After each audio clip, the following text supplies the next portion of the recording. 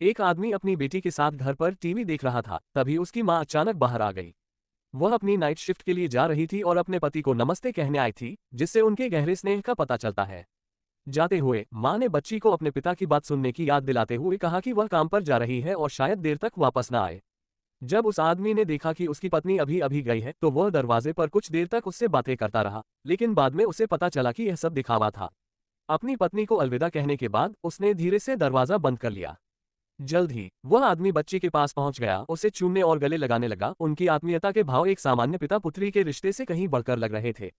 पता चला कि वह बच्ची उस आदमी की जैविक बेटी नहीं थी। चूंकि वह आदमी और औरत एक पुनर्गठित परिवार थे, इसलिए बच्ची उसकी जैविक संतान नहीं थी।